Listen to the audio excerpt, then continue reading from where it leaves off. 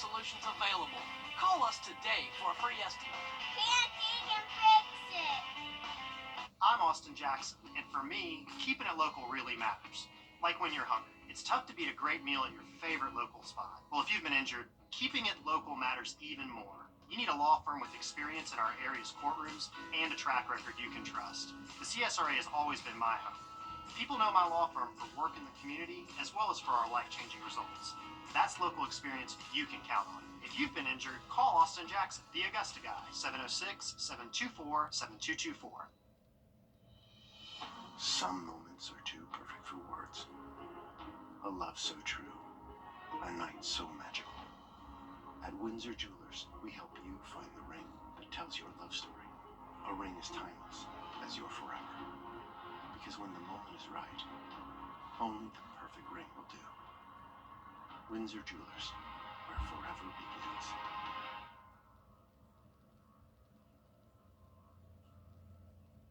Smack dab in the middle of Peach Country, there's a Carolina. Scan the QR code on the screen for our new Facebook page to see all of our news and events. George St. Entry Lawyers has the experience to help you get your money faster. Get George St. Law Firm on the line. Call 999-9999. Water in your basement can cause big problems for you and the value of your home.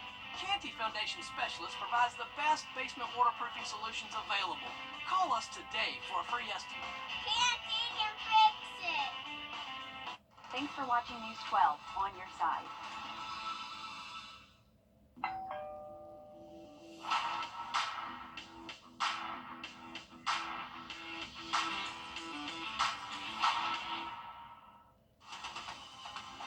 Live from Augusta. You're watching News 12 live at 5. Good evening. I am Meredith Anderson. We're almost to the weekend, and there is a lot to do. In just a minute, we're going to take you to the Foodies Food and Cultural Festival in downtown Augusta. We are taking a live look now. Oh, so much fun. Lots to do, and not just with food. We'll take you there in just a minute, but first, Riley, it is a perfect night to get outside and enjoy the festival. Definitely so, Meredith. We got temperatures today, fairly warm, spring-like, getting close to 80 degrees in most locations. Again, in mostly sunny skies. We got a little bit of cloud cover filtering through the region, but it is a great day to be outdoors, and that will continue into this evening and tonight. Not much of a wind out there. Starting to get steady around 10 miles an hour out of the south, but that south wind going to be increasing our moisture over the next couple of days and priming up our environment for that potential severe weather by Sunday. Here's a wide look at what's happening. So we have here just a few high-level clouds filtering through, but beautiful weather here across the CSRA. This is our big storm maker over the next couple of afternoons across the southeast. So that's going to continue moving east and bringing that severe weather across areas west of us tomorrow, then most likely showing up for us by Sunday morning. But for this evening, we do look dry, partly cloudy for the next couple of hours, but as we get into much later tonight, could actually clear things out. But take a look at these temps. 70s and 60s for the rest of this afternoon and even up until midnight tonight.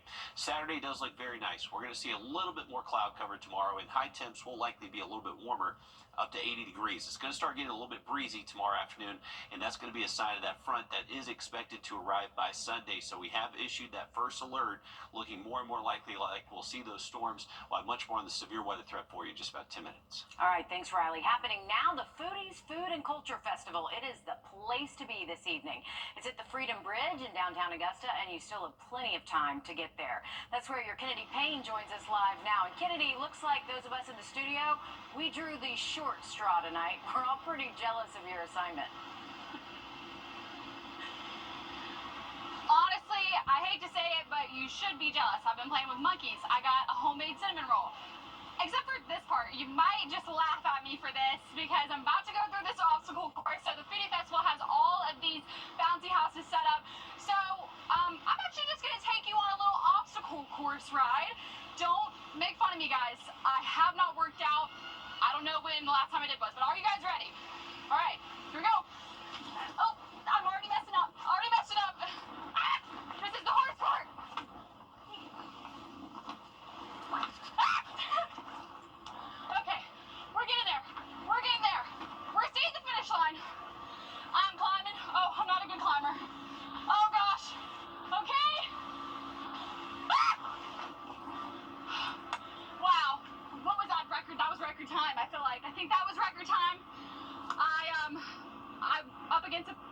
7-year-olds, I think, so I compared myself to 7-year-olds, but I think that was record time. I'm also out of breath. But why don't I just come around, talk to you guys about what's going on.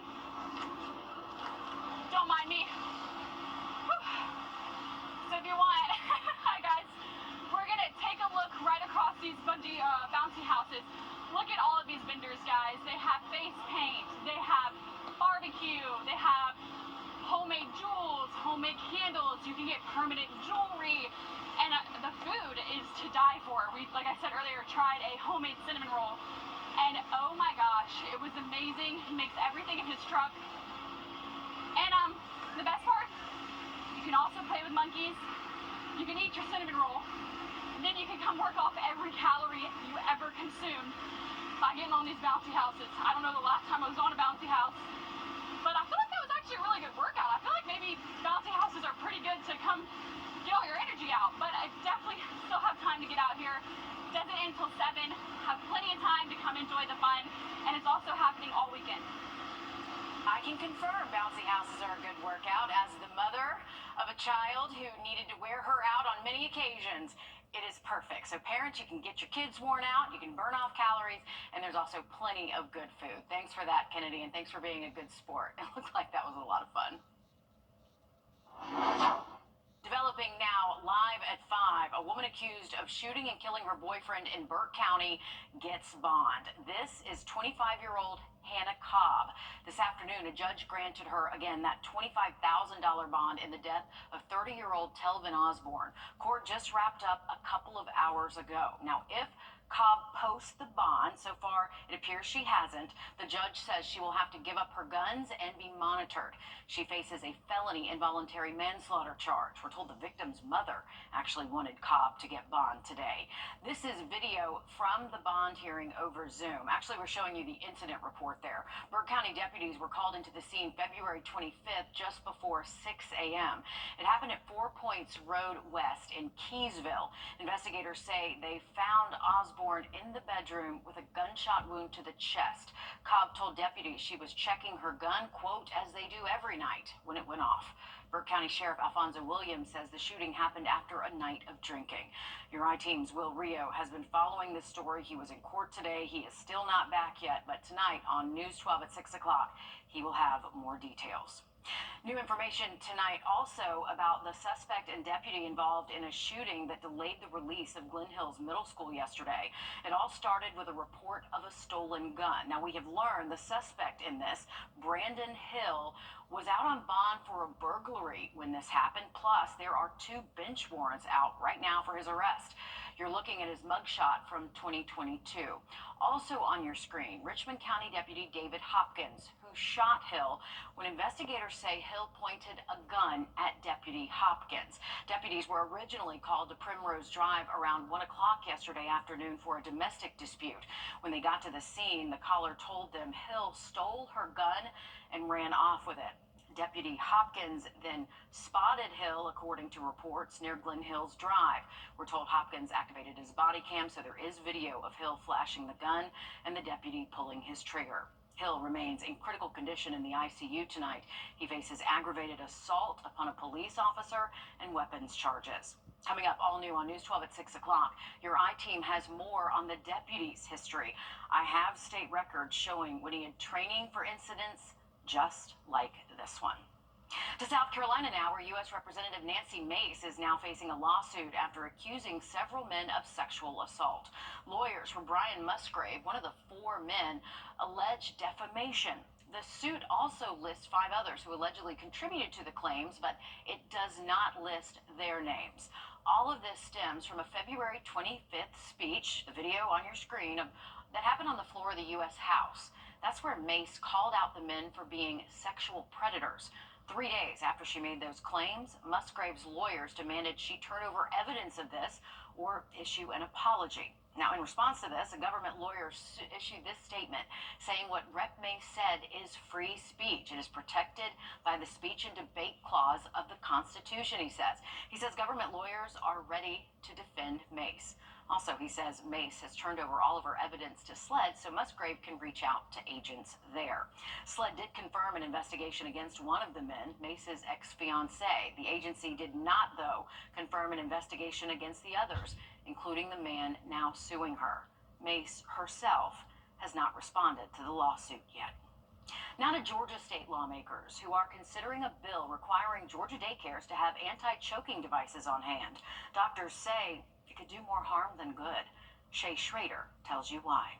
It's been almost a year since Jamal Bryant Jr., a 16-month-old in Brunswick, died after choking on a watermelon seed at daycare. His parents left devastated. They know they can't do anything to save Jamal. We understand that. But they're worried about the next kid. That's why Republican Representative Rick Townsend introduced House Bill 118, which is twofold. It would reduce the time new employees at daycares have to get CPR certified from 90 to 45 days. It would also require, quote, portable airway clearance devices or anti-choking devices to be on hand at every daycare in the state. This bill has its heart in the right place. Anything you can do to save a child's life sounds like a good idea. But Dr. Spitalnik says while well-intentioned, the anti-choking device requirement might do more harm than good.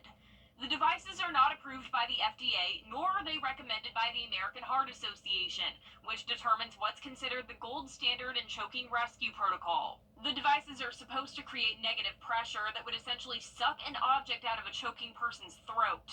In April 2024, the FDA issued this advisory, saying issues with the devices include failure to resolve a choking incident, bruising around the face, and scratches in the throat. They've not been safety tested enough. They've not been studied enough. They've not yet been approved. Another issue is delay of care. To get one of these devices, if someone's choking, you have to go find the device, take it out of the packaging, assemble it, read the instructions. By then, significant time has passed that a child, that a person could have been saved by traditional CPR. Representative Townsend made clear to a House Education Subcommittee that the devices would be on hand as a last resort, should CPR or the Heimlich maneuver fail. If the first two steps didn't work, let's go for that third step. You know, if you're waiting on somebody to arrive, it may be too late. Jamal didn't have a chance. Jamal could have had a chance if they had that third device. We don't know if anything would have happened. Now, the House Education Committee has tabled the bill for now. We're told, though, it could resurface with a few tweaks. We'll keep you posted. Augusta University graduate students showcased their groundbreaking research accomplishments today. It was the 40th annual Graduate Research Day. More than 180 students gave presentations on their hard work. We spoke to the dean of the graduate school. She talked about how funding for a new research center will be essential for growth. Continuing to think about growing in the research space and seeing that represented in our students, to me, is fabulous. I mean, the work that we see out in the world, a lot of it's done by our students, so having them have the opportunity to present their work, have the faculty come in, learn about what they're doing, have that sense of community, is really what makes today so special for me. This year's keynote speaker was the Executive Vice President for Academic Affairs and Provost of USC, Dr. Donna Arnett. It will not be long before Irish dancers tap their way through the streets for St. Patrick's Day. One Georgia group is now gearing up for their big day. We'll introduce you to them when we come back, Riley. And the weather looks great for St. Patrick's Day, but before then, we do have a first alert in effect Sunday. Some strong storms arriving early in the morning. We'll have that forecast next. Time and temp, brought to you by your First Alert weather team. The weather, it's something that affects us all every day. From sunny to severe and anything in between. This is why we First Alert. Your kid's dream room is a Style, great value at the Rooms to Go anniversary sale. The Big Bass Tour started today at Clarks Hill. This is a 3-day event that will continue Saturday and Sunday. This isn't like regular bass tournaments at the lake, by the way. This one is all about catching the biggest bass. It has to be a largemouth or spotted bass to be entered in the contest. Now, there are over $150,000 worth of cash and prizes up for grabs here, and there are a lot of hourly winners with this layout. But the overall winner of the event last year at Clarks Hill was Hal Sharp, weighing in a bass more than 9 pounds. That's a nice fish, Riley.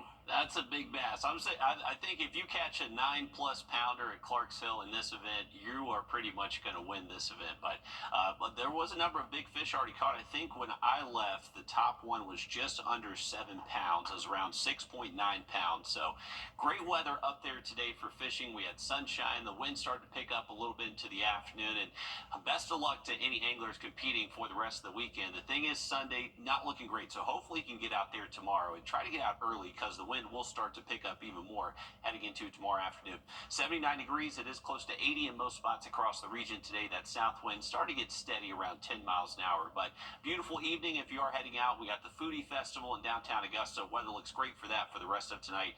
We got temperatures staying in the 70s, at least around 8 p.m. and only going to see the 60s heading towards midnight. So it is going to be a nice mild evening on tap for the region.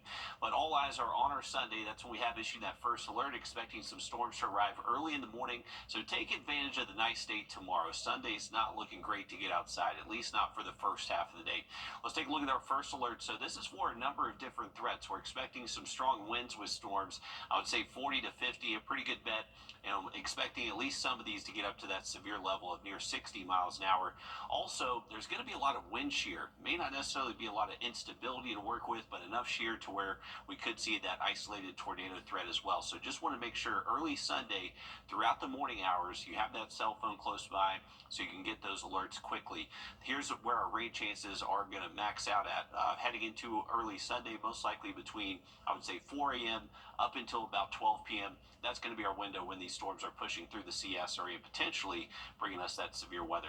Here's a look at it from the Storm Prediction Center. So timed out for us in the morning time to where that slight risk would verify at least scattered severe weather reports, mainly for damaging winds, but cannot rule out maybe an isolated tornado threat. But also, there's going to be some really heavy rain with this system, so maybe bringing a flash flood risk. I want to show you this. This is a parameter we use to see the tornadic ingredients expected in our atmosphere to see if they could develop. Once we get into early Sunday morning, I would say around 4 a.m., now we're starting to see these low tornadic values start to enter the region. This when storms are starting to move in as well. These continue to be with us with storms with this frontal passage early into the morning, so this is why we are including that isolated tornado threat and want to make sure you do have that awareness to you out the door early Sunday. Also, the flash flood risk, marginal threat for most spots. So I would say if you live in a flood-prone area, low-lying, poor drainage, that's likely where we're going to see issues, but can't rule out maybe even some spots just receiving 2-3 inches of rainfall. Here's the latest from our in-house model and showing pretty widespread 2 inches across the area. That red color is up to 3 inches, so there just could be that swath across the region to where we see that flood risk wherever we get possibly up to 3. Let's take a wide look at it. So storms really impacting Mississippi and Alabama throughout our Saturday afternoon to Saturday night. These storms just racing towards us as we head into early Sunday, and you can see definitely some pockets of some stronger thunderstorms anticipated from this model. So something that we are issuing that first alert for. Once we get past Sunday, beautiful weather for St. Patrick's Day and hanging on to nice weather most of next week. All right, thank you, Riley. We are still counting down the days until St. Patrick's Day festivities take off here in Augusta and in Savannah and really across the nation. Atlanta is actually known for its Irish dancers and their stunning performances each year. Don Shipman gives us a look. Amid the bagpipes, marching bands, and dazzling floats at Atlanta's St. Patrick's Parade, you'll find a fan favorite. This weekend, you will see us everywhere. Emma Burke and nearly 100 Irish dancers from the Atlanta Irish Dance Company are ready to dazzle the crowd in green. The smiling faces of the kids, the kicking up of the legs. Irish dance is just something that everyone thoroughly can't help themselves but clap to. For more than a decade, the Atlanta Irish Dance Crew, from 3-year-olds to adults, has been a parade favorite. 18-year-old Caitlin Garreau, dancing since she was 5, now competes worldwide. Well, my mom did dancing when she was younger, and then my older sister did it, so she kind of inspired me to start dance. Hinge our shoulders, lean back. We have a stiff upper carriage whenever we're dancing, very poised, but just like a duck paddling underwater. Our feet are frantically moving. At Burke's Morningside studio, lessons are intense, but not everyone's got the rhythm to keep up. Hop to the ground. Good. 1 step forward, 2 steps back. Let's just say my feet weren't exactly in sync with the jig. Fast now, ready, off we go. Crowd, knee,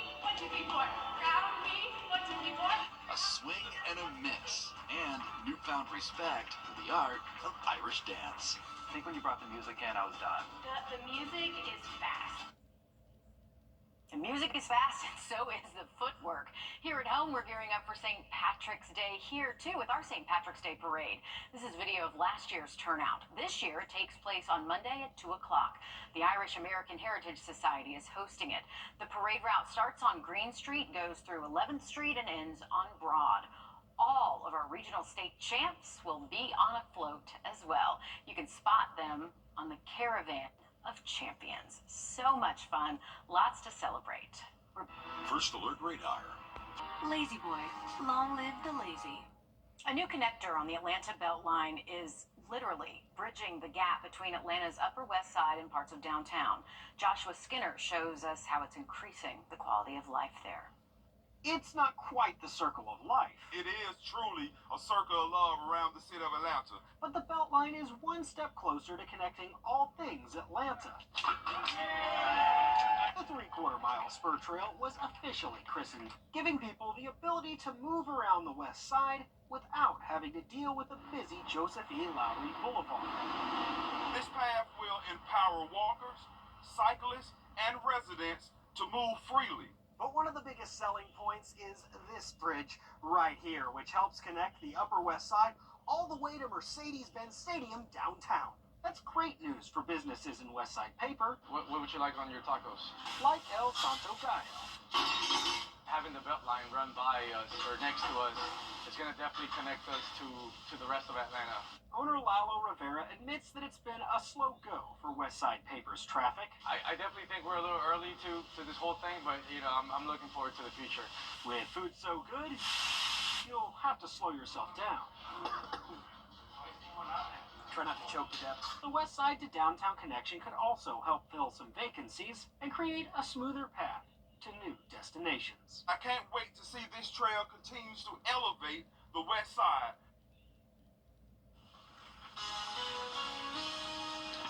Well, heading into early next week, we do have St. Patrick's Day on Monday. Looking good for the parade forecast. We're expecting a lot of sunshine here in Augusta and also Savannah. I'm going to look at that first alert on Sunday, coming up just after a short break. Ready? Remember to look for the red ribbon. Life isn't a whisper. It's a roar. It's about getting your hands dirty, taking risks that thrill, and planning the adventure that awaits the next day. Life is a precious, playful thing, which means it's our job to explore it, to nurture it, and preserve it. But also to let loose and enjoy it. Riverbanks Zoo and Garden. Live a wild life. Sports. To achieve greatness, you go big or go home. That's why during the Rooms to Go anniversary sale, we're going big. 2030 interest-free financing bid. First, save big on the furniture you buy, then finance and pay no interest until January 2030. Not one penny of interest. Yes, you get both. Low anniversary sale prices, plus easy to manage 2030 interest-free financing. So let's go. Shop the Rooms to Go anniversary sale today. All right, welcome back, folks. We did have that total lunar eclipse early this morning. Wanted to share you this view from the Deer Lake Astronomy Village. This was sent in by Dan Llewellyn. What a view that was. Talk about that reddish glow over that full moon. It was pretty cool to check out. You had to be up very early. It peaked around 3 a.m., but it was worth seeing. Definitely a pretty cool picture there. Thanks for sending that in, Dan. Remember, Sunday we do that first. Less waiting, less stress, less cost. Brakes for Less gives you more for less. This is the one. Let me handle this. But I wonder if the other store has it cheaper. We'll beat any competitive price by 10%. Oh, wow, that's great. It sounds a little too good to be true. Can I speak to a manager? Can I talk to the owner? Also me. We're employee owned. We'll take it.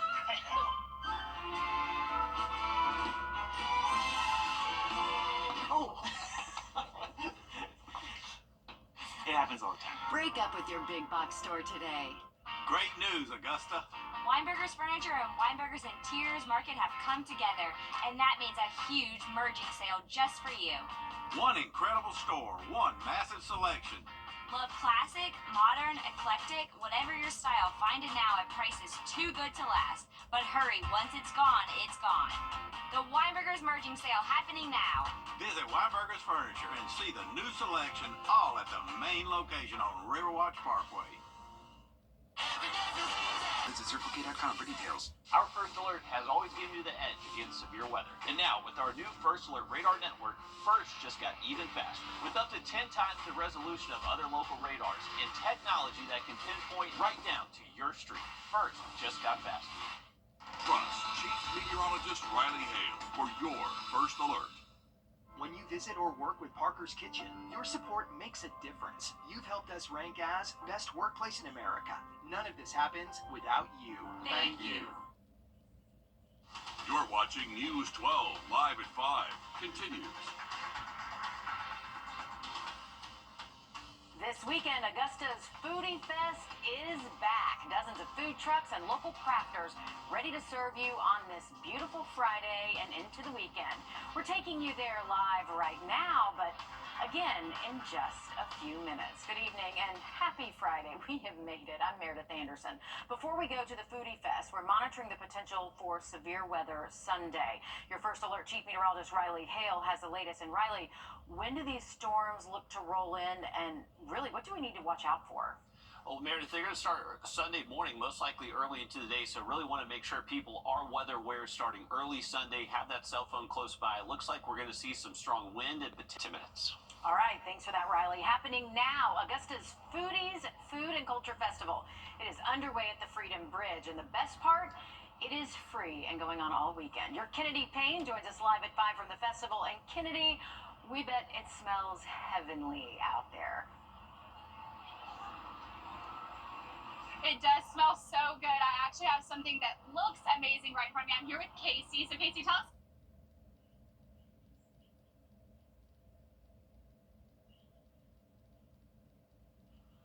And of course we have technical difficulties. The video froze. I suspect it's because Kennedy wants to eat some of that delicious food. We'll try to check back in with her in a few minutes. But if we can, we want to let you know the Foodie Festival, it is going on all weekend. It wraps up tonight at 7 o'clock. So not too much time left, but enough to get over there. It'll reopen tomorrow morning at 11 a.m. through 7 tomorrow night again. And then Sunday, if the weather's okay, it'll go from 11 to 7. Again, keep in mind that nasty weather could come in that morning, so things might be wet. Tournament week, it is just around the corner, and local businesses are hoping the tourism boost will help them overcome the challenges of the past 6 months. Your Sydney Hood checks in with business owners to see how they're preparing. For some local businesses in Augusta, spring is not just a season, it's a sales sprint. March is another level of madness for the city because all eyes are about to be on Augusta. For business owners, March is a month of momentum. It's prepping the shelves, stocking the inventory, making sure everything is ready to welcome the world to Augusta. And for some businesses, the foot traffic cannot come at a better time. It is just such a huge relief to kind of know it's coming. So we really love that the community kind of knows that we are doing this, and they definitely support. They order online, even locally, and from all over Georgia to get stuff in for their boxes that they're probably sending people. Coming up on News 12 at 6 o'clock, why tourism means more to some business owners this year and how some are teeing up for their first busy spring. In Augusta, Sydney Hood on your side. Thank you, Sydney. The U.S. agency that monitors weather has already cut 800 jobs under order by the Trump administration. And now some in Georgia tonight are calling on Governor Brian Kemp to veto a bill they say protects billion-dollar companies instead of hardworking Georgians. Your State House reporter Abby Kasoris explains the bill regarding health risks of pesticides and fertilizers. A bill shielding pesticide and fertilizer companies from lawsuits beyond federal EPA limits is on the governor's desk for his signature. Health groups want him to veto it, and here's why. They say it's all about this product, Roundup. Roundup is used by the majority of farmers. The manufacturer, Bayer, is facing more than 60,000 claims Roundup causes cancer. They've paid billions to settle lawsuits so far. At some point, we may recognize that some of the things we're using aren't safe. Attorney Nicole Johnson testified against the bill, saying it's like giving tobacco companies a pass, saying more research should be done before removing liability. even with the lawsuits, look how long it took to recognize the connection between smoking and lung cancer. In 2020, the EPA published an interim decision saying they found no risk of concern to human health when glyphosate is used in accordance with its current label, while additional studies in the National Library of Medicine found glyphosate can be toxic. I don't come up here often to have to defend bills, but I'm mad as I can be right now. Farmer and State Representative Robert Dickey fearful lawsuits may force Bayer to pull the product, saying crop yields would suffer. And now they see an opportunity to go after agriculture, go after our food supply. And I'm not going to stand here and let it happen. Democrat Stacey Evans voicing her frustration. Usually we have at least 24 hours notice before we're going to consider a bill. Not always, but that was a little weird. And we know this is being pushed by Bayer that recently bought Monsanto, and it is about Roundup. Evans not surprised with the vote, calling it frustrating, saying ultimately it's consumers that will suffer. This is being pushed by big business, period. And we just let it sail right through. Georgia, one of 21 states where similar legislation has been introduced. In Atlanta, I'm Abby Kasouris. All right, thank you, Abby. We want to take you back to Augusta's Foodies Food and Culture Festival. Okay, Kennedy, when we were leaving you last, the video froze. We suspected you were eating. Is that what was happening? It was. Sorry for the technical difficulty, guys, because I actually haven't tried to buy this because I wanted to do it with you guys. But again, I'm here with Casey. So, Casey, tell us what this is. This is a Philly cheesesteak, straight from New Jersey, sauteed onions and peppers, American cheese, and an egg roll wrapper with a sweet Thai chili mayo. Yeah. Change your life. Perfect. And it looks amazing. We're going to try it in a second. But if you guys want, we're going to come this way, and we're going to show you what all they...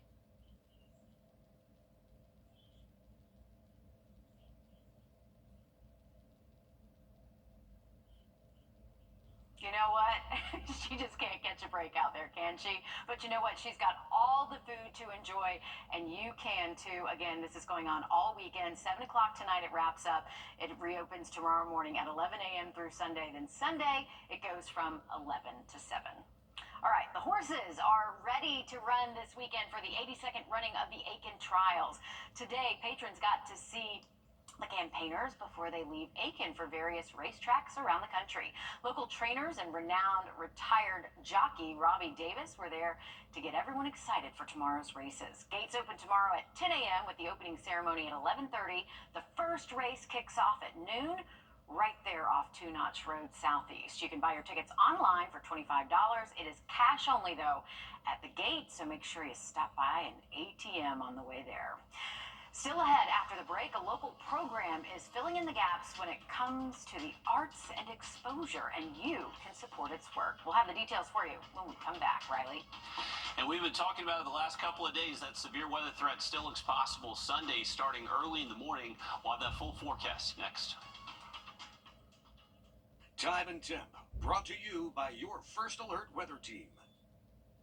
This year, don't settle for less than a Honda. Less than a Honda. Visit your Augusta Aiken Honda dealer. The First Alert team, the best in Georgia. This is our call to inaction. Temps working their way back into the mid to upper 70s by later next week. All right, thanks for that, Riley. When it comes to fine arts education, our rural schools, well, they can fall short, but there's a local nonprofit here to help and expose our students to the world of the arts. Your Taylor Martin has more on the great work this group is doing. Joy in Aiken brings the joy of fine arts to students in Aiken and beyond, filling in the gaps for fine arts education across the area. We've been bringing mainly Juilliard-trained artists to Aiken to perform for the public, and also to do outreach for area students in Aiken County and surrounding counties. So far, we've reached over 52,000 kids in this area with our outreach program. Through live performances and outreach events,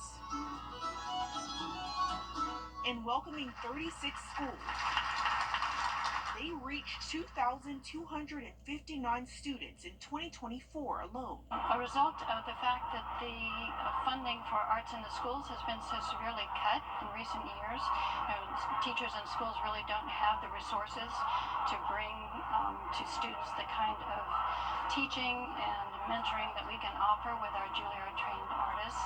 Creating a full circle moment for the artists who get to educate while doing what they love.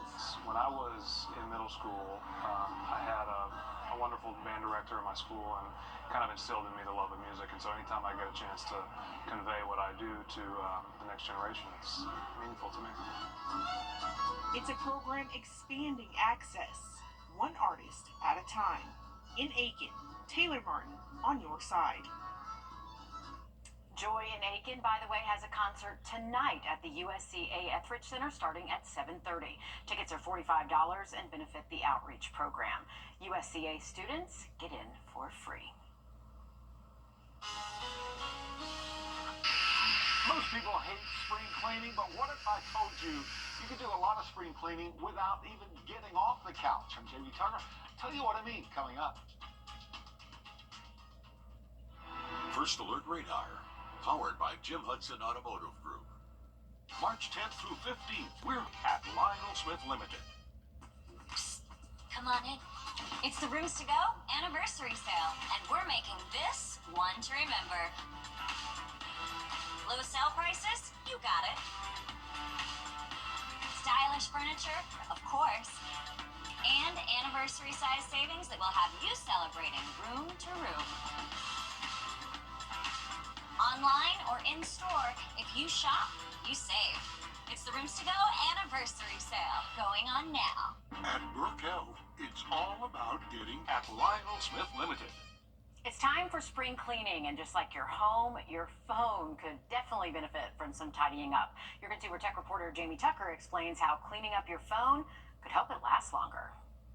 Well, just like a well-used couch can gather crumbs, our smartphones can gather some crumbs, of course, and if it's been a while since you've really cleaned out the storage from your phone, springtime is a great time to do it.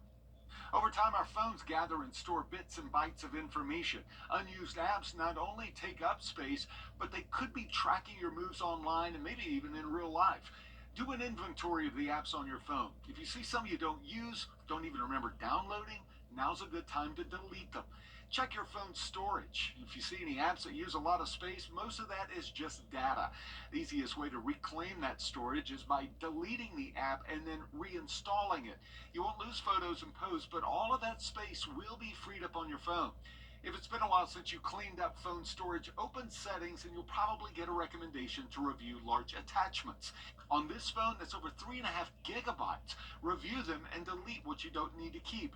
Go into your Messages app. You may have pages of text you no longer need, like all those two-factor authentication codes. Select the ones you don't need, delete them. Hop into the Photos app. On iPhone, scroll down to Duplicates. iOS shows what photos are saved twice or more. You can delete or merge the duplicate images. And if you really want to get busy, go through your contacts. Scroll all the way down where the iPhone will show you duplicates. Tap on it to merge those contacts. And if you ever need to reach them, you don't have to guess which one to choose. Not only will you have more space on your phone, it will work faster and the battery will last longer. That's What the Tech. I'm Jamie Tucker. A new study by Clemson University found gluten-free food isn't as healthy as you might think. Gluten is the protein found in certain grains and wheat. Some people can't eat it because of celiac disease or gluten intolerance, but researchers say those who eat gluten-free because they think it's healthier, well, they're actually eating more sugar and more calories and less protein and fiber. Gastroenterologist Dr. Cyril Oza says if you don't have a sensitivity or an allergy, avoiding gluten completely can actually be damaging to your body.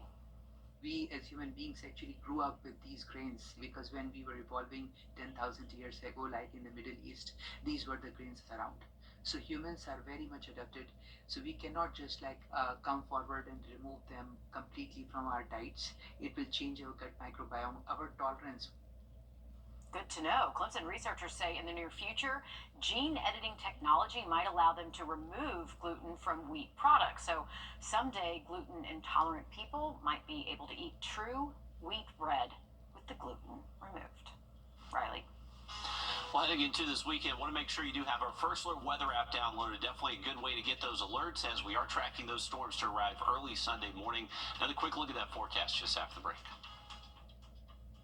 Well, the initial offer was a little over $300,000. Don't miss these weekend wow deals at Hamrick's. All right, welcome back, folks. Going back to SRP Park, where we're looking at North Augusta taking on Gray Collegiate. It looks like we have bases loaded right now, so pretty good game out there. It is beautiful weather right now. We got temperatures in the upper 70s, going to stay in the 70s at least through around 7, 8 o'clock tonight, so a good night to be outside. Take advantage of it. We got nice weather sticking around into our Saturday, too, but as we head to Sunday, that's when those storms are expected to arrive.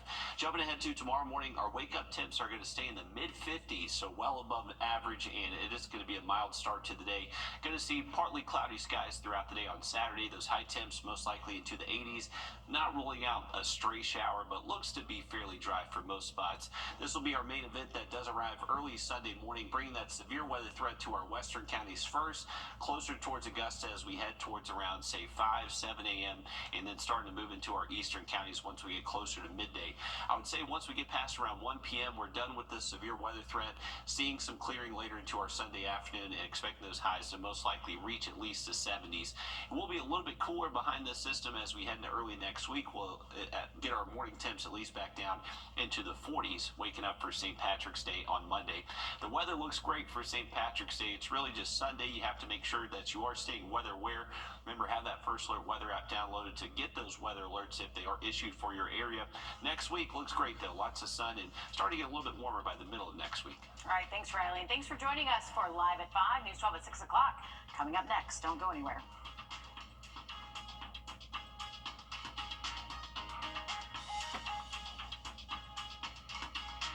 Introducing the First Alert Radar Network. With up to 10 times the resolution of other local radars and technology that can pinpoint right down to your street. First just got faster.